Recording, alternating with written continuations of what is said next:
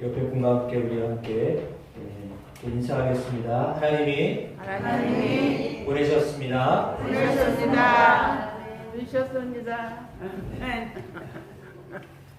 말씀의 제목은 보냄받은 사람입니다. 요셉의 일생을 통하여서 하나님 우리에게 들려주시는 말씀을 듣고 있습니다. 오늘 세 번째 주일입니다.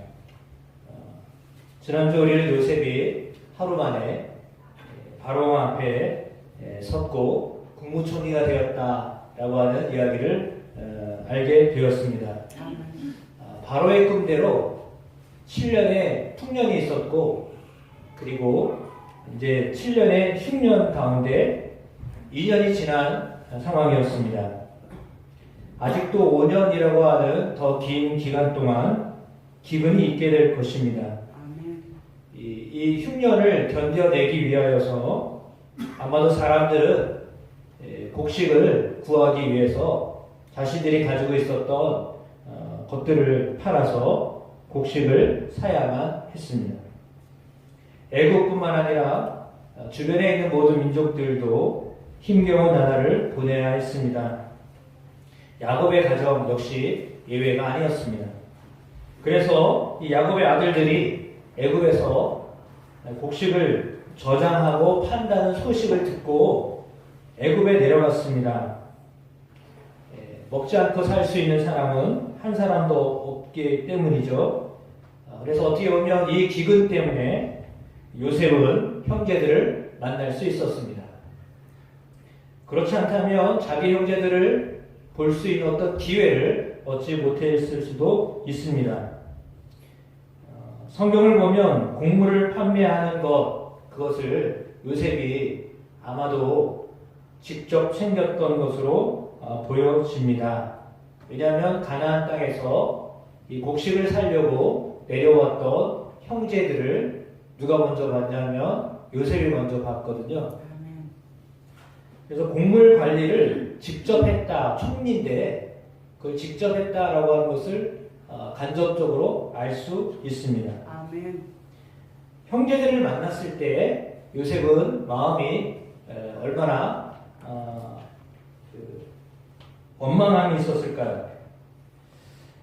자신이 살아있다는 사실조차도 알지 못한 채 더군다나 감옥에 들어가 있을 때 그의 마음은 얼마나 답답했겠습니까? 정말로 말로 표현할 수 없는 그런 시기를 보냈습니다. 하지만 지난주 말씀드렸던 것처럼 그가 감옥에 있는 동안에 애굽의 정치를 배우고 경제를 배울 수 있는 기회가 있었습니다.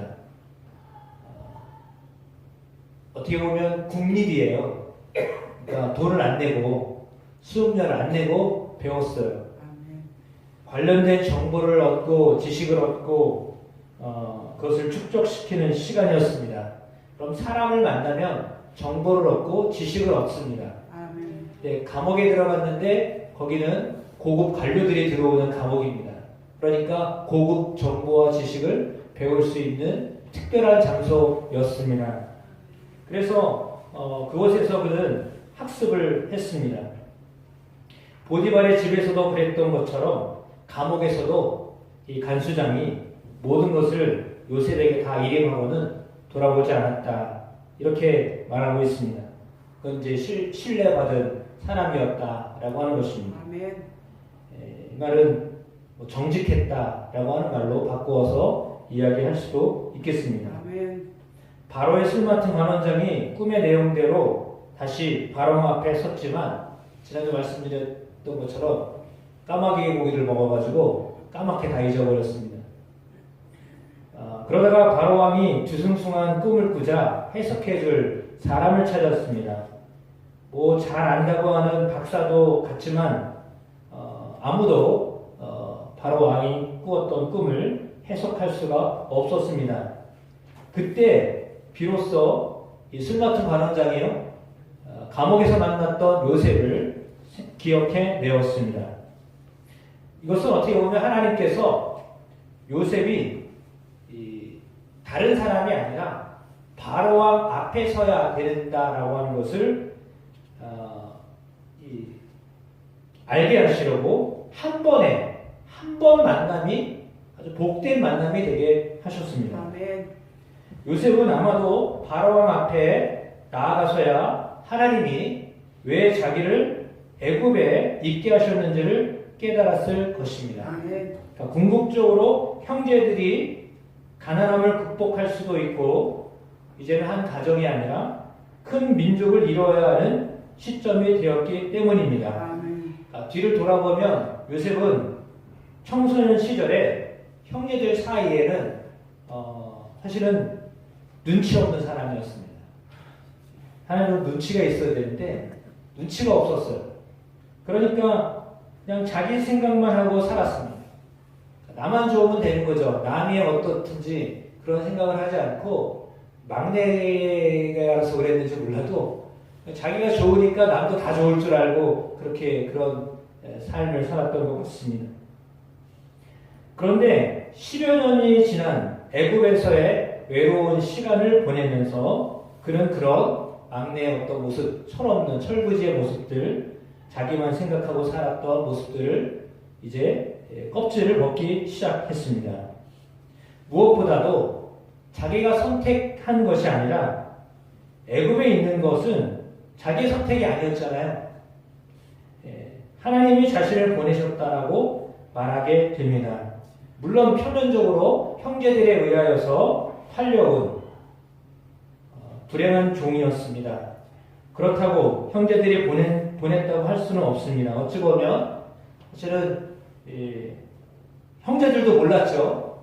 요셉을 팔면 요셉을 자기 자신들의 눈에서 보이지 않게 하면 앞에서 얼쩡거리는 것 자체가 싫었으니까 혼자 잘난 척하고 그랬으니까 그 자식이 없으면 좋겠다라고 했기 때문에 그냥 눈에서 사라지게 하는 것을 목적으로 삼았습니다.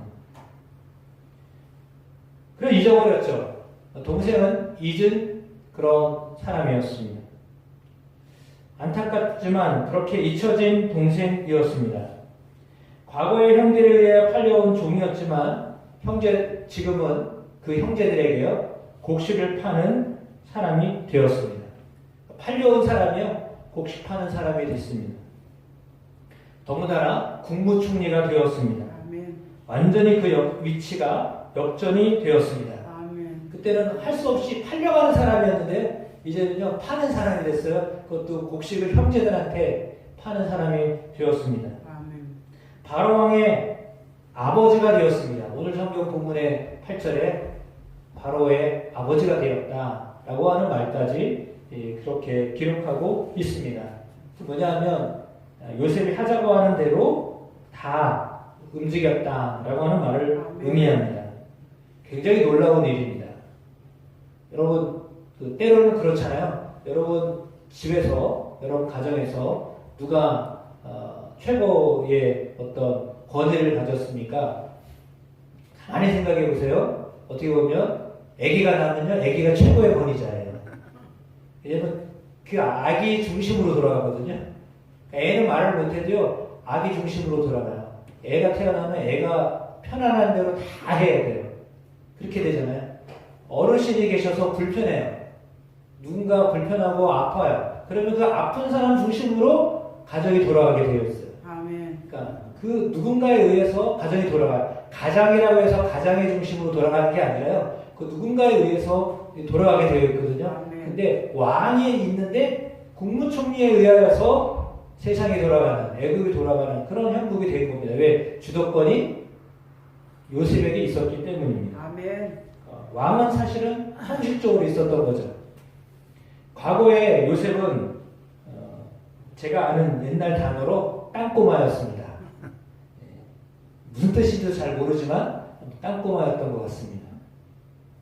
요셉에 대하여서 과거에 머물러 있었던 형제들, 그런 그가 지금 자기들 앞에 막강한 권력을 가지고 있는 애굽의 총리가 되어서 있습니다. 큰일 났잖아요. 야, 이제 우리가 죽을 차례인가 보다. 얼마나 두려웠겠습니까? 겁을 잔뜩 먹고 있었을 것입니다.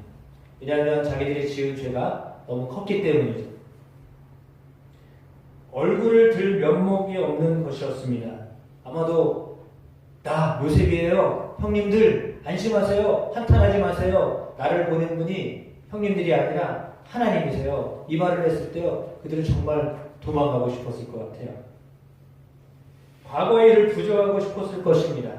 요셉의 혀 끝에 자신들의 운명이 달려있다는 것을 깨닫는 순간 아주 초라해졌을 것입니다. 아, 우리가 별거 아니구나. 그때는 동생이 없었으면 좋겠다라고 했는데 그 동생이 총리가 돼가지고 자기 앞에 서 있는 걸 보니까 이거 우리는 진짜 이제 아무것도 아닌 존재다라고 그런 감정을 느끼지 않았겠습니까? 아마 부끄럽지만 손이 발휘되도록 요셉에게 싹싹 빌어야 하는 상황이 됐습니다. 용서해 달라고 애원해야 하는 상황이 된 거죠. 근데요, 그 말도 못해요. 미안해가지고 용서해 달라고 하는 말도 못할 그런 상황에 이르게 되었습니다. 그런 반면에 요셉은요, 원한을 풀 수 있는 절호의 기회가 주어진 겁니다. 형들 그때 날 팔았지. 야, 이날을 위해서 내가 지금 이렇게 된 거야. 내가 얼마나 참아온 줄 알아? 이제 이렇게 생각을 할 수 있었을 것입니다. 그래서 중간에 우리가 성경을 읽어보면 나오듯이 요셉이 형들이 곡식을 사가지고 갈 때 거기다가 은잔을 넣어주고 가져왔던 돈을 다시 넣어주고 이렇게 해가지고 너희들이 왜 훔쳐갔냐 이렇게 이제 누명을 씌우려고 했습니다. 어떻게 하나 보려고 형제들끼리 어떻게 하나 보려고 했습니다. 더군다나 뭐 베냐민의 그 자료에서 은잔이 나오고 돈자루가 나오고 이렇게 돼가지고 동생을 어떻게 하는가 보려고 했습니다. 그런데 그때는요 형제들이요 이제 똘똘 뭉쳐가지고 하나가 된 것을 알게 되었습니다. 그런데 그 형제들을 다 스파이로 몰았습니다. 그래가지고는 감옥에 다 쳐넣으려고 했죠. 그랬을 때 그 마음이 얼마나 통쾌했을까요? 그러나 생각을 해보세요. 형제들이 진짜 다 잘못했어도 다 잘못해가지고 깜빵에 다 넣었다고 생각해보세요. 그러면 그게 진짜 마음이 좋을까요? 형제들이 다 잘못해가지고 감옥에 다 넣었어요. 그러면 아 이제 내가 원수 갚았다. 그렇게 될까요? 정말 그럴까요? 완전히 집안 망신 아니겠습니까? 나만 잘 되면 다 되는 건가요? 함께 잘 돼야 하지 않나요? 이에는 이로, 눈에는 눈으로 그렇게 복수하려고 하는 쫄장부가 아니었습니다. 아멘. 요셉은요, 무척 지혜로운 사람이 되었습니다. 아멘. 네, 하나님이 함께 하셨기 때문입니다. 아멘. 하나님이 무엇을 원하시는지 알고 있었습니다. 아멘. 하나님은요, 잘못한 사람에 대하여서 그들을 품고 용서하면 오히려 마음이 편하게 된다라고 하는 사실을 깨닫게 하십니다. 아멘. 하나님께서 죄인인 우리를 향하여서 가지고 계신 마음이 바로 그런 마음입니다. 아멘. 요셉은 이제 형제들 너그러이 보살필 줄 아는 그 하나님의 마음을 품은 성숙한 사람이 되었습니다. 아멘. 자리만 국무총리 높은 자리가 아니라요. 그 자리를 지킬 수 있는 마음의 실력, 성품의 실력까지도 함양한 사람이 되었던 것입니다. 아멘. 처음에 그는 힘들고 외로운 타향살이를 해야만 했습니다. 얼마나 눈치 보며 살았겠습니까? 말도 못하잖아요. 말을 알아듣기나 했나요? 애국 말을 알아들을 수도 없었을 것입니다. 그러니까 정말 눈치껏 일해야만 했습니다.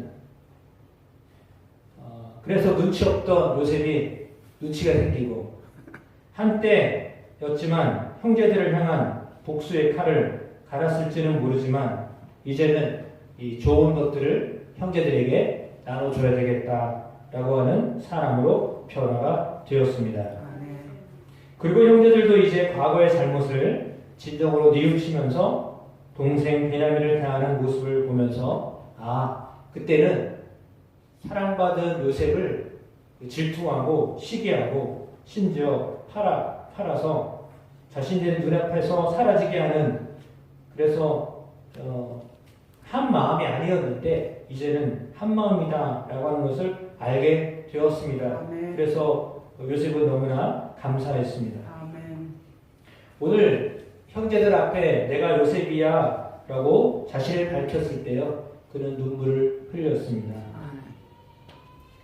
이렇게 삶의 반전이 일어났는데, 이 삶의 반전이 일어난 배경은 인간관계 가운데 하나님이 함께 하셨기 때문입니다. 아멘.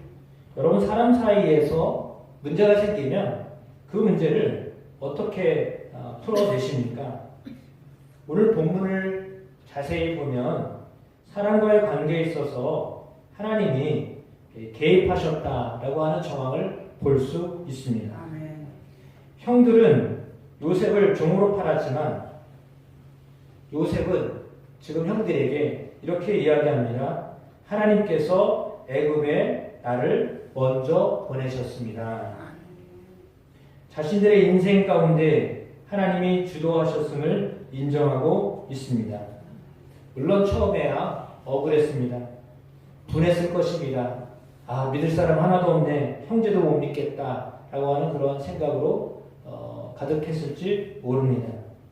그리고 보디발의 집에 갔을 때 그가 하는 모든 일을 지혜롭게 처리할 수 있는 능력을 갖추게 되었을 때 그는요, 스스로 얻은 경륜이라고 자랑하지 않았습니다. 그때마다 그는 하나님께서 알려주셨습니다 라고 자신을 낮추기 시작했습니다. 그러니까 종이라고 하는 신분은 자신을 낮출 수밖에 없는 신분이에요. 아멘. 종이 아무리 잘나면 뭐예요? 종이죠. 아멘. 그러니까 아무리 똑똑해도 종인 거예요. 아멘. 그러니까 아무리 지혜로워도 종이라는 사실을 망각하면 안 되는 거죠. 아멘. 그러니까 그는 자신을 그냥 있는 그대로 내가 종이지, 나는 종이야, 주인이 시키는 대로, 주인이 원하는 대로 해야만 하는 사람이야 라고 하는 것에 대해서요, 아주 명확한 자기 정체성을 갖기 시작했습니다. 아멘. 그래서 하나님이 알려주셨기 때문에 라고 겸손하게 고백할 수 있었던 것입니다. 하나님께서 그를 보내신 분이다 라고 말하는 것을 통해 우리는 요셉이 변화되고 있었다라고 하는 것을 알 수 있습니다. 그러니까 하나님이요, 종이라고 하는 신분으로 떨어뜨린 다음에 그를 훈련시키셨던 것입니다. 야곱에게 있어서 애굽은요, 내려가기 싫은 장소입니다. 왜냐하면 아브라함과 이삭도 애굽에 내려간 적이 있었는데요, 그때도 기근 때문에 내려갔었거든요. 근데 똑같이 자기 아내를, 아브라함도 그랬고 이삭도 그랬고, 아내를 누이라고 속였어요. 남자들이 그래요. 자기 하나 살려고 어떻게든지 살아남으려고 그래가지고 누이라고, 동생이라고 이렇게 속였어요. 근데 하나님이 어떤 분이세요? 바로 왕에게 알게 하시고, 멜기세덱에게 알게 하셔가지고요, 손을 못 대게 하셨습니다. 그런 과거의 이야기들을 야곱도 잘 알고 있었습니다. 그러니까 애굽에 가면 어떻게 됐느냐? 망신당한다. 애굽 가면 안 된다. 이런 생각으로 가득 차 있었던 거죠. 왜? 거긴 가면 안 되는 곳이라고 그렇게 학습이 되었기 때문입니다. 더군다나 야곱의 경우는 외삼촌 라반의 집에서 20년을 정말 어렵게 살았잖아요. 월급도 못 받고 살았잖아요. 무보수로 살고 그랬던 억울한 삶이 있잖아요. 그러니까 또다시 타향살이 하고 싶은 생각이 안 들었던 것입니다. 그래서 이제 아무리 그래서 요셉이 오라고 하는데 마음에는 흔쾌하게 가고 싶지도 않고 그 말이 정말인지도 모르겠고 그랬던 것입니다. 그러니까요, 애굽에 내려갈 수 있도록 설득하고자 요셉을 애굽의 총리로 높이셨던 것입니다. 아멘. 하나님 참 놀라운 능력이 있으십니다. 아멘. 아버지 야곱의 마음에 고통을 주었던 요셉이었습니다. 그런데 이제는 기쁨을 주는 자가 되게 하셨습니다. 아멘. 걱정거리로 남아있던 요셉, 이제는 자랑스러운 자가 되게 하셨습니다. 아멘. 하나님이여 그를 먼저 보내셨기 때문입니다. 아멘. 그가 고백하는 대로 하나님은 요셉을 애굽에 먼저 보내셨습니다. 아멘. 그 목적은 야곱에게 하나님이 약속하신 대로 그의 자녀들로 하여금 이스라엘의 백성이 되게 하기 위함이었습니다. 아멘. 저는 마찬가지라고 믿습니다. 하나님이 지금 여기에, 지금 이곳에 여러분들을 보내셨습니다. 아멘. 내가 선택한 것이 아니라 하나님이 이곳에 하나님이 우리를 보내신 것입니다. 아멘. 여기 어떻게 보니까 여기까지 왔어. 그게 아니라 우연히 여기 온 게 아니라 하나님이 하나님의 나라를 세우시고자 저나 여러분을 이곳에 세우셨습니다. 하나님의 백성들로 만드시고자 우리를 이곳에 보내신 것입니다. 아멘. 여러분이 살아오면서 요셉처럼 때로는 억울한 일도 경험하지 않으시냐? 그러나 하나님이 함께 하심으로 그 억울한 일도 과거의 일이 되게 하십니다. 아멘. 현재는 하나님의 사람으로 우뚝 서서 도움을 주는 사람으로 성장하기도 하십니다. 아멘. 요셉이 바로 그런 사람이었습니다. 요셉 한 사람으로 인해서 애굽에서 하나님과 동행하며 살아온 결과 그는 애굽을 책임지는 총리로 쓰임받게 하셨습니다. 아버지 야곱의 자녀들 곧 자신의 형제들을 돌볼 수 있는 자가 되게 하셨습니다. 이것은 단순히 요셉 자신만의 성공으로 끝나지 않았습니다. 그가 머물고 있는 애굽의 국가 공동체, 이스라엘의 민족 공동체가 기초를 만드는데 보내심을 받은 자가 되었던 것입니다. 우리는 우리와 연결된 사람들이 이 어려운 시대를 살아갈 수 있도록 하나님이 지혜 주신다는 것을 믿어야 하겠습니다. 요셉에게 하나님이 지혜를 주셔서 어쩌면 원수지간으로 지낼 수 있었던 가족들을 하나로 묶어내는 일을 하게 하셨습니다. 하나님은 우리를 세상에 보내셨습니다. 애굽의 요셉을 보내신 것처럼 하나님 여러분을 세상에 보내셨습니다. 이곳에 보내셨습니다. 아멘.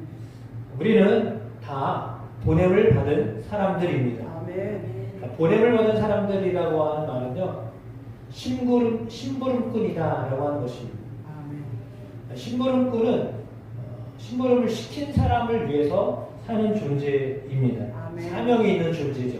아멘. 하나님이 우리를 이곳에 부르셨다면 하나님이 우리를 이곳에 부르신 하나님의 목적이 있습니다. 아멘. 그것은요, 결코 나 자신만을 위해서 사는 것이 아닙니다. 아멘. 우리를 보내신 하나님을 위해서, 하나님의 나라를 위해서, 하나님의 백성들을 만들도록 하기 위해서 하나님 우리를 보내셨습니다. 아멘. 여러분의 삶의 목적은 무엇입니까?